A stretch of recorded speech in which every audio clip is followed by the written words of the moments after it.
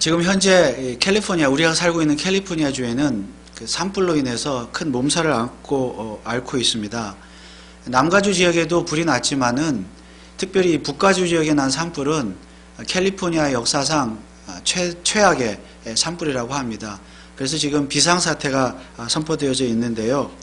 우리는 이런 산불 같은 재난이 일어날 때마다 왜 이런 일들이 일어나는가 생각을 하게 되고, 그리고 또 대책을 세우게 되고, 다시는 이런 일이 일어나지 않기를 바라는 마음이 간절합니다. 그런데 어떤 통계를 보니까 산불의 95%는 캠핑 때의 부주의한 불사용, 그리고 담배꽁초, 그리고 잔디깎는 기계에서 튀는 불꽃 때문에 불이 난다. 결국 95%는 사람의 부주의 때문에 산불이 난다는 그런 통계가 있습니다. 자, 오늘 본문을 보면 남유다에 마실 물조차 없을 정도의 가뭄이, 극심한 가뭄이 들었습니다. 오늘 3절 말씀해 보니까 귀인들은 자기 사환들을 보내어 물을 기르라 하나 그들이 우물에 갔어도 물을 얻지 못하여 빈 그릇으로 돌아오니 부끄럽고 근심하여 그 머리를 가리우며. 종들을 시켜서, 이제 좀 잘 사는 사람들이겠죠. 종들을 시켜서 물을 길어 오라 했는데 우물에 물이 말라서 물을 길어 올 수가 없었습니다. 그래서 여기 그 종들이 머리를 가렸다고 했는데, 빈 그릇으로 물을 깃지 못하고 빈 그릇 오는 종들이 주인 보기에 미안하고 민망하고 낙심되고 절망되고 또 부끄럽기도 해서 고개를 떨고 왔다는 뜻입니다. 머리를 가렸다는 것은 그만큼 절망했다는 것이에요. 또 빈 그릇으로 갔기 때문에 주인이 두렵기도 했다는 뜻입니다. 그리고 밭을 가는 자들도 머리를 가렸다 그랬습니다. 4절 말씀에 땅에 비가 없어 지면이 갈라지니 밭 가는 자가 부끄러워서 그 머리를 가려누도다. 흔히 우리는 가뭄으로 인해서 땅이 쩍쩍 갈라지는 모습을 거북이 등짝처럼 되었다 이렇게 표현하는데, 당시 유다의 가뭄이 그 정도였다는 것이죠. 캘리포니아에도 가뭄이 들 때 그런 모습을 우리가 볼 수가 있습니다. 논밭이 거북이 등처럼 짝짝 갈라질 정도로 딱딱하게 굳었고 갈라졌다. 그 정도로 비가 오지 않았기 때문에 농부들조차 농사를 지을 수가 없었다는 말씀입니다. 그래서 농부들 역시 너무나 절망스럽고 근심이 되어서 머리를 가렸다. 즉 고개를 떨고 왔다. 그 말씀입니다. 짐승들 역시 괴로워하기는 마찬가지입니다. 5절 6절의 말씀에 들의 암사슴은 새끼를 낳아도 풀이 없으므로 내어 버리며 들나귀들은 자산 위에 서서 실랑같이 헐떡이며 풀이 없으므로 눈이 아득하여 하는도다. 여러분, 짐승들도 모성애라는 것이 있지 않습니까? 그런데 자기 새끼를 버린다는 거예요. 내다 버린다는 거예요. 왜 그렇습니까? 가뭄으로 풀이 말라버렸으니까 자식 새끼에게 줄 풀조차 없다는 것이죠.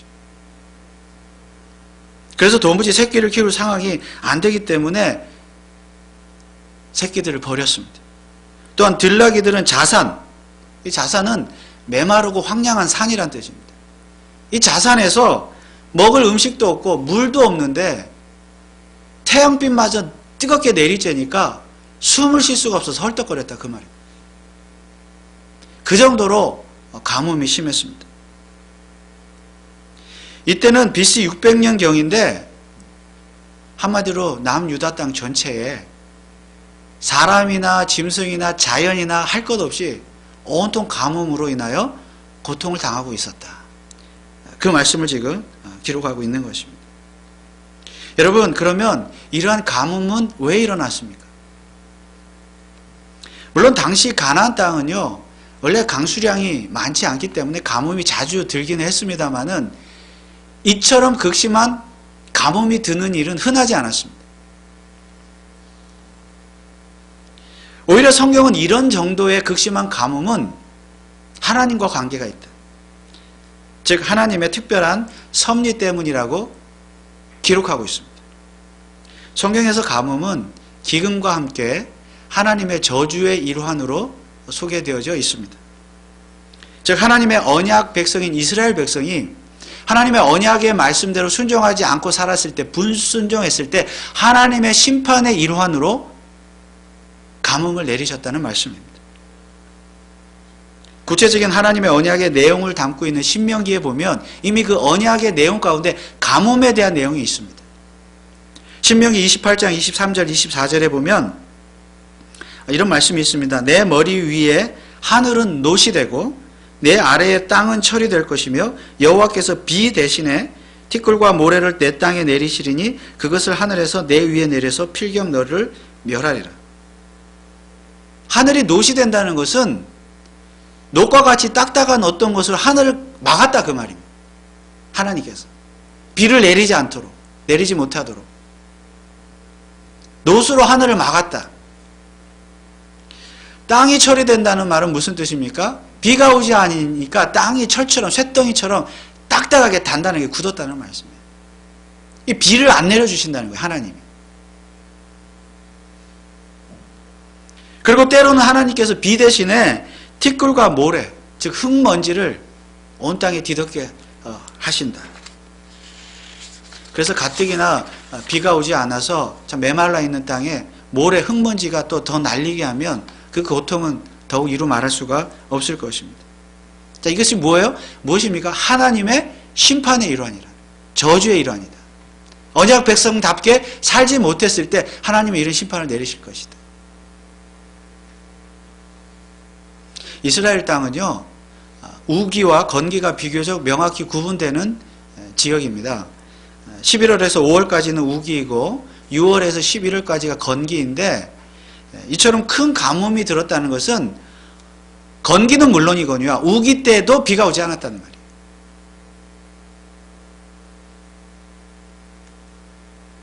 여러분, 그렇다면 이 예레미야 시대의 이 극심한 가뭄은 왜 일어났습니까?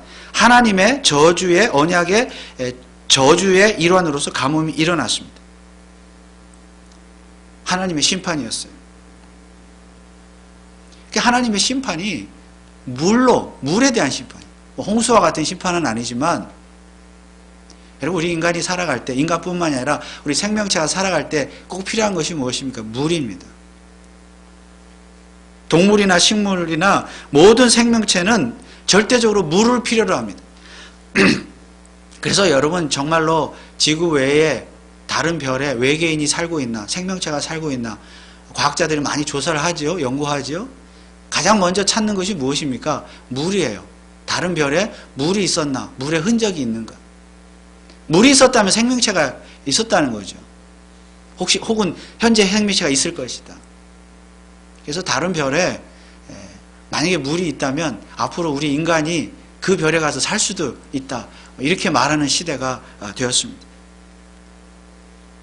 그런데요, 그 물에 대한 모든 열쇠는 누가 쥐고 있습니까? 하나님께서 쥐고 있습니다. 다른 별은 그만두고서라도 이 지구에, 인간이 살고 있는 이 지구에 하나님께서 물을 내려주지 아니하시면 인간은 고통을 당할 수밖에 없습니다. 어떤 생명체도 살 수 없습니다. 그래서 비가 내린다는 것은 정말로 하나님의 은혜인 줄 믿습니다. 물론 비가 너무 많이 와도 문제이고 너무 적게 와도 문제입니다.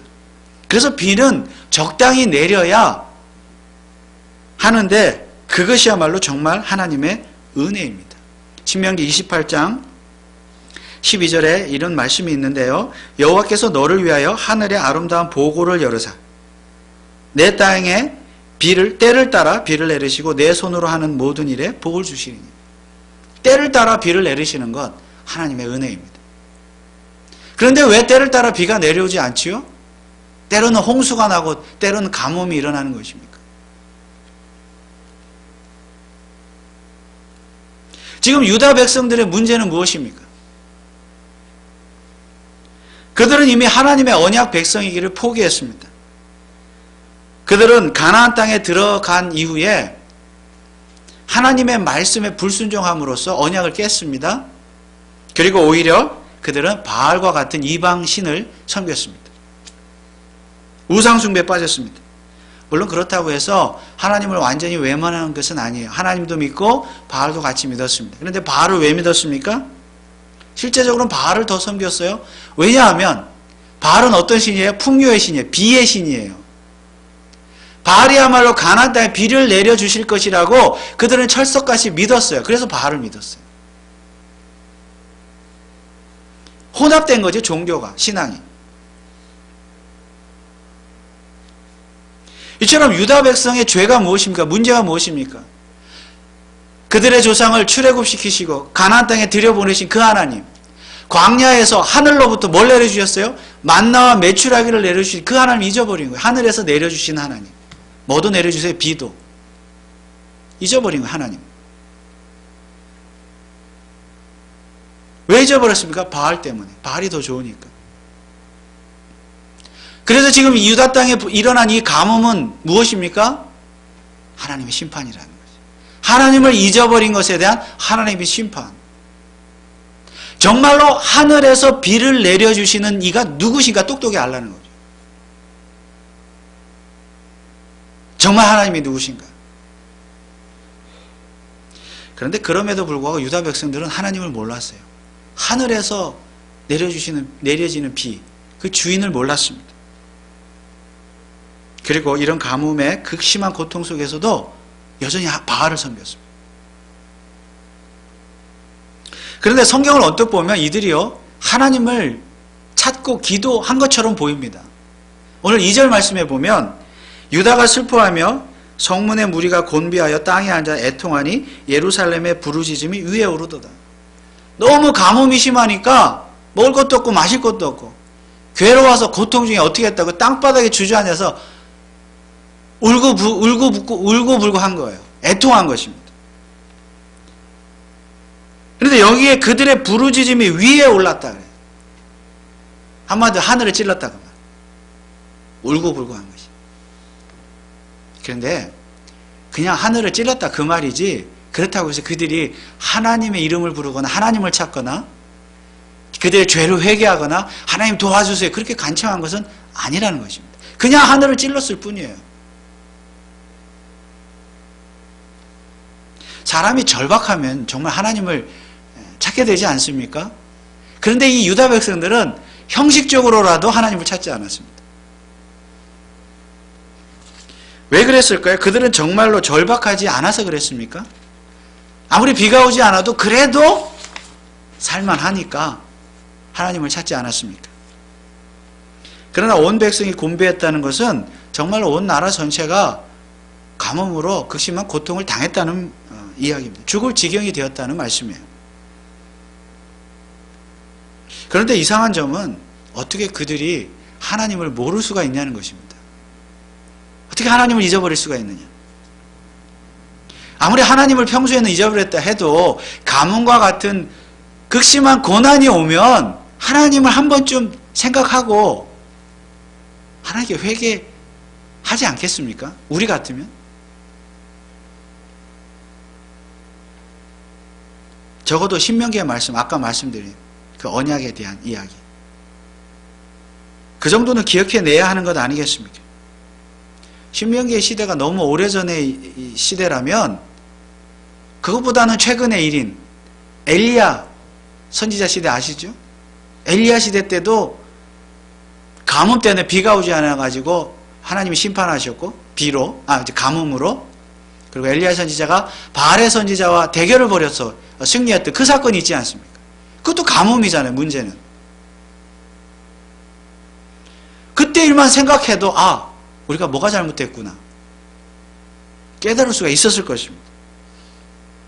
그런데 엘리야 시대도요, 지금 이 시점으로부터 벌써 약 300년 전의 일입니다. 다 잊어버렸어요. 그 정도 자기들의 역사, 하나님의 역사를 다 잊어버렸습니다. 그러면 여러분, 일반 백성들을 잊어버렸다고 하면 나라의 지도자들, 왕이나 제사장이나 선지자들은 신명기서의 말씀이나 엘리야 시대 이야기 역사 정도는 알고 있어야 되지 않겠습니까? 우리 백성들을 바르게 가르쳐야죠. 그런데요, 지도자들이라고 해서 일반 백성들과 다를 것이 전혀 없었습니다.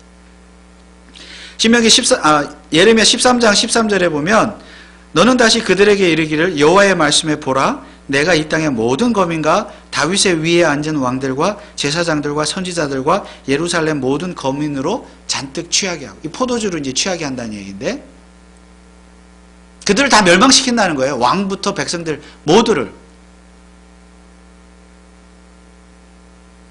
무슨 말입니까? 지도자들도 하나님 말씀 잊어버렸다는 거예요. 신명기도 잊어버리고 엘리야 시대 이야기도 잊어버리고 역사 잊어버렸다. 다 멸망당한다는 것입니다. 그래서 그들은요, 왕부터 모든 백성들이 참으로 희한하게도 하나같이 이 가뭄이 도대체 왜 일어났는가 그 원인에 대해서 도무지 이해하지 못했습니다. 알려고 하지도 않았습니다.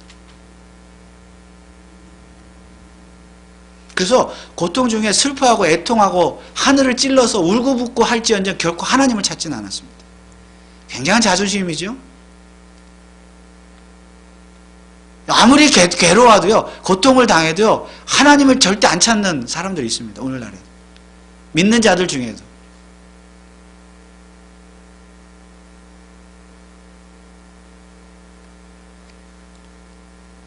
물론 예레미야 시대에 예레미야처럼 하나님의 심판이라는 것을 알았던 소수의 사람들도 있었을 것입니다. 그러나 대부분의 사람들은 몰랐어요.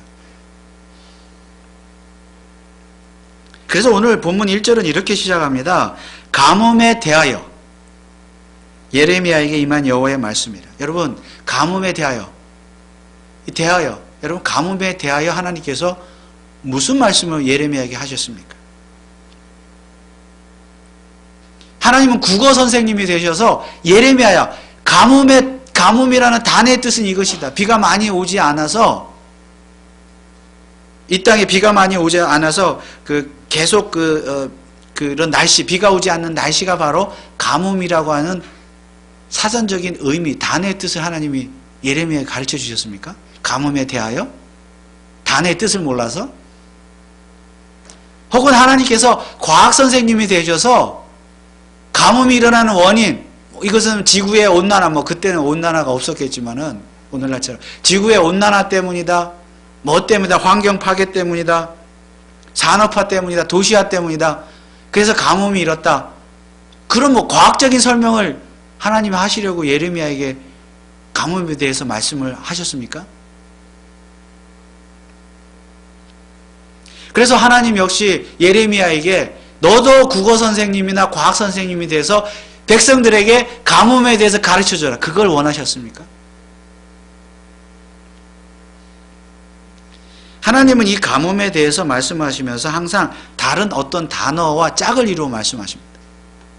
예를 들어 오늘 14장 12절에 보면 그들이 금식할지라도 내가 그 부르짖음을 듣지 아니하겠고 번제와 소제를 드릴지라도 내가 그것을 받지 아니할 뿐 아니라 칼과 기근과 연병으로 그들을 멸하리라.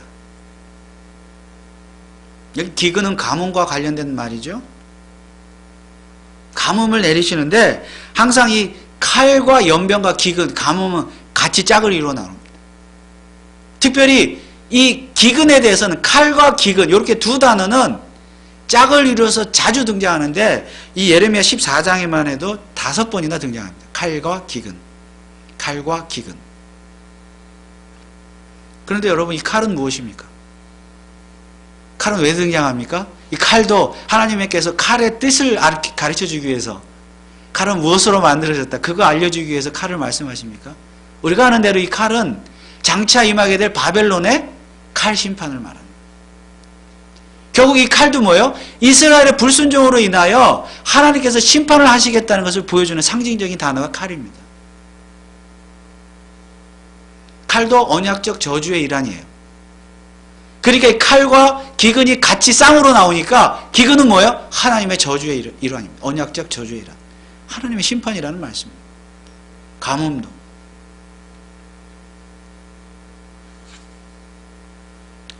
그래서 결국 가뭄은 무엇입니까? 칼과 같은 하나님의 심판의 도구였습니다. 그래서 유다 백성들이 1절에 나온 대로 가뭄에 대하여 반드시 알아야 될 것은 무엇입니까? 예레미야 선지자가 그것에 대해서 이렇게 소개하고 있습니다. 오늘 14장 22절에 보면 예레미야가 이렇게 기도하고 있습니다. 열방이 허무한 곳 중에 능히 비를 내리게 할 자가 있나이까? 하늘이 능히 소나기를 내릴 수 있으리이까? 우리 하나님 여호와여, 그리하는 자가 주가 아니시니까 그러므로 우리가 주를 앙망하옵는 것은 주께서 이 모든 것을 만드셨음이니라. 예레미야 선지자는 유다 백성들과 일체감, 동질감을 갖기 위해서 자신을, 유다 백성과 자신을 하나로 묶어서 우리라고 말하면서 지금 하나님께 기도하는 거죠. 기도의 내용은 무엇입니까? 비를 만드시고 비를 내리시는 분은 하나님이십니다. 바알이 아니라는 거예요. 하나님이시다. 이건 과학적 설명이 아닙니다. 국어사전적 의미가 아니에요. 아무리 과학적으로 비를 설명해도 하나님이 내려주셔야 비가 내려지는 줄 믿습니다. 아무리 과학적으로 설명해도 비를 내려주지 않으시면 비는 안 내리는 거예요. 비를 만드시고 비를 내리시는 분은 하나님이신 줄 믿습니다. 유다 백성들이 그것을 깨닫게 하여 주옵소서. 이 기도예요, 지금.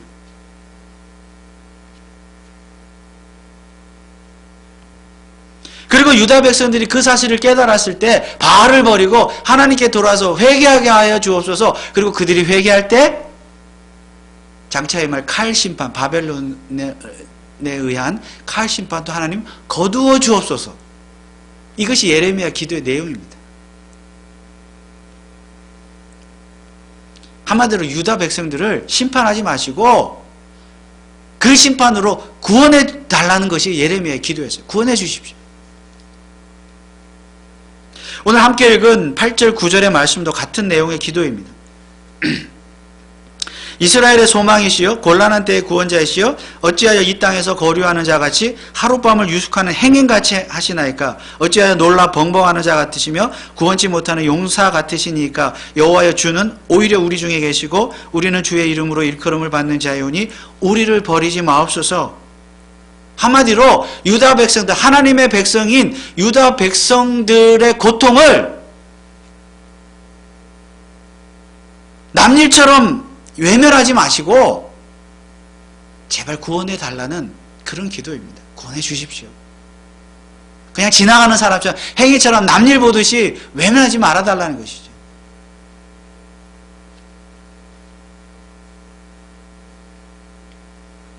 그렇다면 이제 유다 백성이 이 가뭄에 대해서 정말 알아야 할 것은 무엇입니까? 첫째는 가뭄이 왜 왔느냐.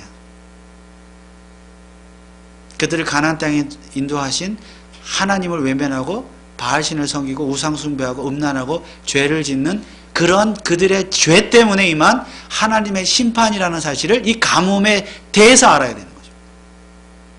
이건 과학적 설명이 아니에요. 두 번째, 이 유다 백성들이 가뭄에 대해서 알아야 될 것은 무엇입니까? 그럼에도 불구하고 그들이 회개하지 아니하고 여전히 하나님께 불순종하고 바알을 믿고 하나님을 거역하면 가뭄의 문제가 아니라 이제 장차 진짜 바벨론에 의해서 칼 심판을 당하게 될 것이라는 사실을 깨달아야 하는 것입니다.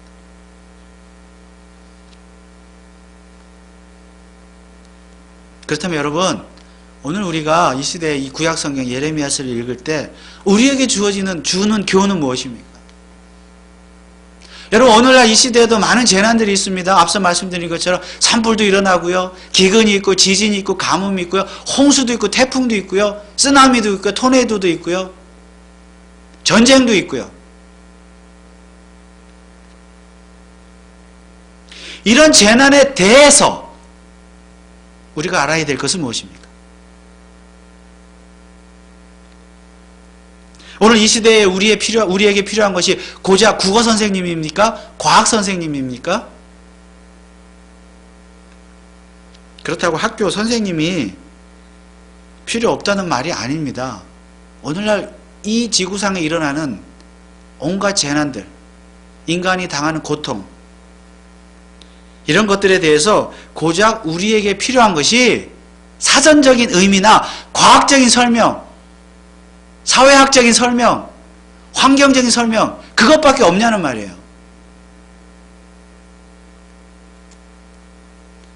물론 다 필요한 일들이에요. 필요 없다는 말 아닙니다. 이 지구상에 재난이 일어나면 그 원인을 파악해야죠. 과학적인 어떤 원인을 파악하고 과학적으로 조사하고 사회적인 어떤 경제학적인 환경적인 그런 조사 필요하지요. 그리고 다시는 이런 일이 발생하지 않도록 대책을 마련해야 되는 것 당연합니다. 그래서 전문가도 필요하고 전문적인 지식도 필요합니다. 그런데 그것이 전부입니까? 하늘에서 비를 내리게 하기 위해서 온갖 전문가와 전문 지식만 필요한 것입니까? 과학적인 지식만 필요한 것입니까? 사실 오늘날은 하늘에서 인공비도 내리게 하는 시대가 되었습니다. 로켓이나 비행기를 타고요, 하늘에 올라가서 멀쩡한 구름에다가 화학물질을 뿌리면요, 멀쩡한 구름에서 비가 내린대요, 실제로. 과학이 그만큼 발달했어요. 그런데 여러분, 구름이 없는 지역에서는 어떻게 합니까? 아무리 과학이 발달해도. 그리고 구름이 있는 지역에서 그렇게 인공비를 내린다 해도요, 그 영향 때문에 그 주변의 지역은 더 극심한 가뭄이 일어난다 그래요, 실제로.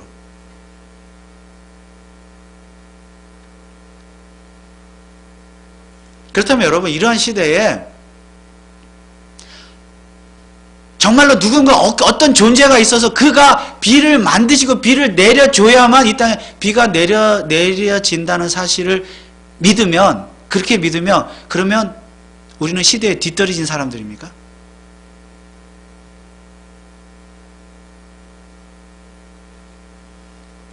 그리고 그 비를 내려주는 존재가 오늘 예레미야의 기도에 나타난 것처럼 천지 만물을 창조하신 여호와 하나님이시라고 믿는다면 그 믿음은 시대에 뒤떨어진 믿음입니까? 과학적으로 설명이 안 되는데도 불구하고 비를 내려주시는 그 하나님을 우리가 믿는다면 그것은 비과학적이고 시대에 뒤떨어진 그런 믿음입니까? 만약 우리가 비를 내리시는 분이 하나님이심을 믿고 고백한다면, 반대로 비를 내려주지 않으시고 가뭄이 들게 하시는 분도 창조주 하나님이시라고 믿는다면 그것도 비과학적인 일입니까? 시대에 뒤떨어진 믿음입니까?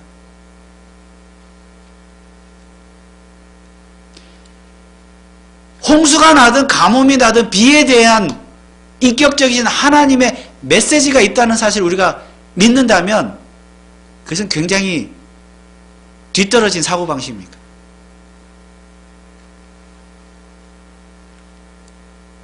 거기에 어떤 자연 현상에 하나님의 메시지가 담겨 있다고 믿지 못할 이유가 없습니다. 다른 모든 재난도 마찬가지로 하나님의 메시지가 담겨 있는 것은 아니겠습니까? 어떤 메시지입니까? 하나님의 심판의 메시지. 여전히 인간들이 죄 가운데 거하고 하나님께 불순종하고 하나님을 대적하고 예수를 믿지 아니하면 하나님이 심판하신다는 메시지예요. 죄인들에 대한 경고의 메시지고, 그럼에도 불구하고 회개를 거부하고 믿지 아니하고 하나님을 대적하면 결국 더 크고 무서운 칼 심판을 당하게 될 것이라는 하나님의 엄중한 메시지인 줄 믿습니다. 물론 그렇다고 해서 우리 주변에 재난을 당해서 고통당하는 사람들을 향해서 그들은 우리보다 죄가 더 많기 때문에 그들은 하나님 심판을 당했다, 그렇게 말해서는 안 돼요. 그것은 성경적이지도 않고 윤리적이지도 않습니다. 그들이 죄 때문에, 우리보다 죄가 더 많아서 고난을 당하는 것도 아니에요. 왜냐하면 하나님 앞에 죄인 아닌 인간이 한 사람도 없기 때문입니다. 우리라고 뭐 별 수 있습니까? 우린 더 낫습니까? 더 나은 의인들입니까? 그래서 멀쩡합니까? 그렇지 않아요. 우리도 회개하지 아니하면 하나님 심판을 받을 수 있는 것이에요. 다만 최초의 인간이 하나님께 불순종한 죄의 결과가 이 세상의 온갖 부조리와 자연재해 등으로 나타나고 있다는 사실을 우리가 깨달아야 합니다. 그리고 우리는 이 죄의 결과로 빚어지는 고통으로부터 하나님께서 이 세상과 우리 인간들을, 그리고 나 자신을 구원해 주시도록 기도해야 될 책임과 사명이 있는 것입니다. 오늘 7절 말씀을 한번 보겠습니다. 여호와여 우리의 죄악이 우리에게 대하여 증거할지라도 주는 주의 이름을 위하여 일하소서. 오늘 이것이 우리의 기도가 되어야 됩니다. 주여 일하소서.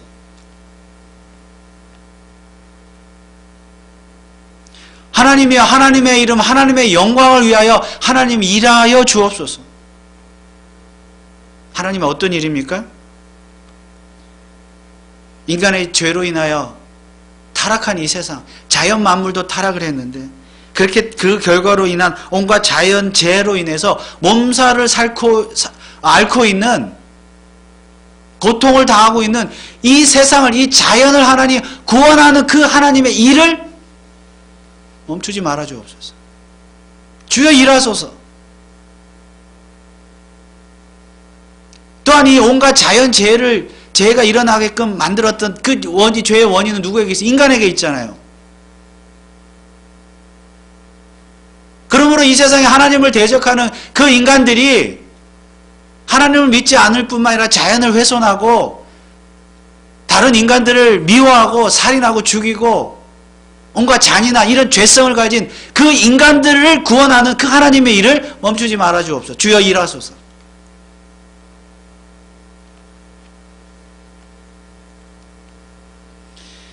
하나님의 구원의 일은 물론 우선적으로 우리 인간들에 대한 일이기도 하지만 자연 만물에 대한 일이기도 합니다. 하나님은 자연 만물을 구원하시기를 원하세요. 하나님은 그 일을 어떻게 이루십니까? 로마서 8장 22절 23절에 보면 그 바라는 것은 피조물도 썩어짐의 종로로 탄 데서 해방되어 하나님의 자녀들의 영광의 자유에 이르는 것이니라. 피조물도 해방되어야 된대요. 고통당한대요. 피조물이 다 이제까지 함께 탄식하며 함께 고통하는 것을 우리가 안 하니 죄의 결과예요. 피조물이 고통당하는 것. 온갖 자연재해들은요, 인간이 당하는 지구적인 재난들은 인간의 죄로 말미암아서 이 지구 자체가, 우주 자체가, 세상 자체가 신음하면서 고통하는 증거입니다. 그걸 봤을 때 뭘 깨달아야 돼요? 인간의 죄, 나의 죄. 지금 유다 백성들의 문제가 무엇입니까? 가뭄을 통하여 하나님께서 주신 메시지, 그것을 통해서 자기 자신을 돌아봐야 되는 거예요.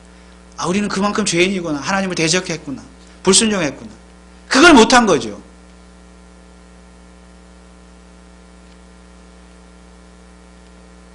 이처럼 인간을 죄로부터 구원하시는 것은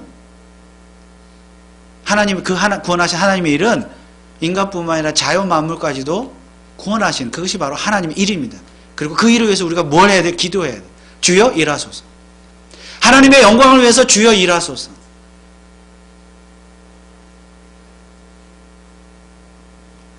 한마디로 하나님의 자비와 긍휼과 은혜를 구하는 기도입니다. 왜냐하면 자연 앞에서, 자연 재해 앞에서 우리 인간들이 할 수 있는 일은 사실상 아무것도 없습니다. 물론 우리는 이런 일들이 일어나면, 자연 재난이 일어나면 구조도 해야 되고 구호도 해야 되고 도움도 줘야 되고 대책도 마련해야 되고 분석도 해야 되겠죠. 그러나 여러분, 마치 산불의 95%가 인간의 부주의로 일어나는 것처럼 결국은 인간의 죄 때문에, 죄성 때문에 결국은 자연을 더 망치고 해칠 뿐입니다. 결국은 더 큰 재난들이 일어난다는 것이에요. 그래서 우리는 역사의 배후에는 천지 만물을 창조하신 하나님께서 일하시고 계시다는 사실을 확실히 믿어야 합니다. 여기에 과학적인 설명, 국어적인 설명, 단어적인 설명, 사회학적인 설명, 경제적인 설명 필요하지만 그게 다가 아니라는 거예요. 오늘날 사람들이 왜 하나님을 믿지 못합니까?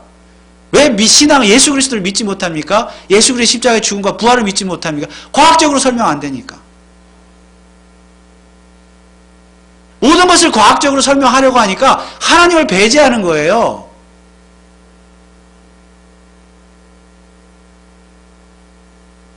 물론 하나님은 과학을 창조하셨지만 과학 너머에 계신 분이에요. 비를 만드신 분이에요. 비를 내리시는 분이에요.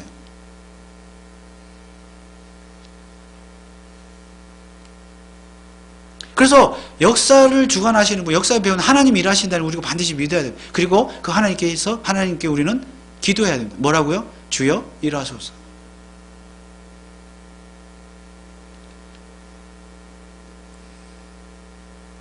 그래서 비가 많이 와도, 비가 오지 않아도, 어떠한 재난이 일어나도 주께서 무슨 일을 하시는지 봐야 돼요. 우리가 자연 현상만 갖고 설명이 안 돼요.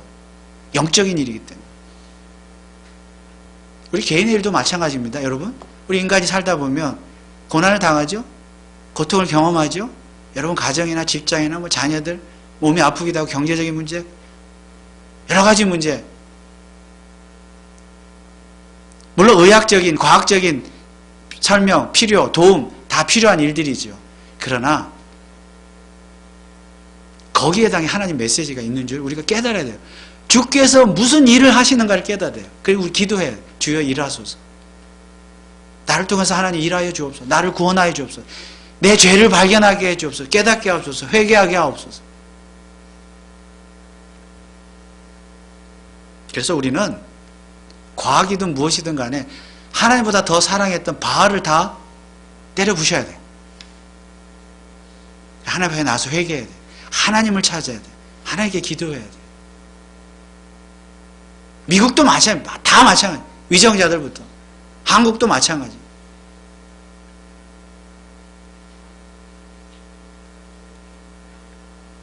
하나님 구원하여 주옵소서.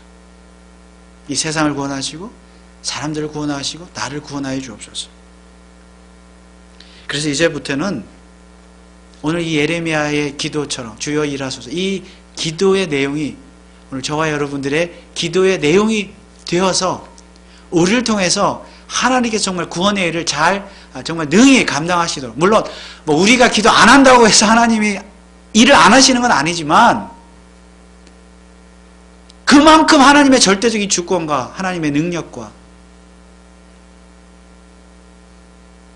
하나님의 영광을 생각하면서 주여 일하소서 오늘도 겸손하게 기도하시는 저와 여러분들 되시기를 주님의 이름으로 축원을 드립니다.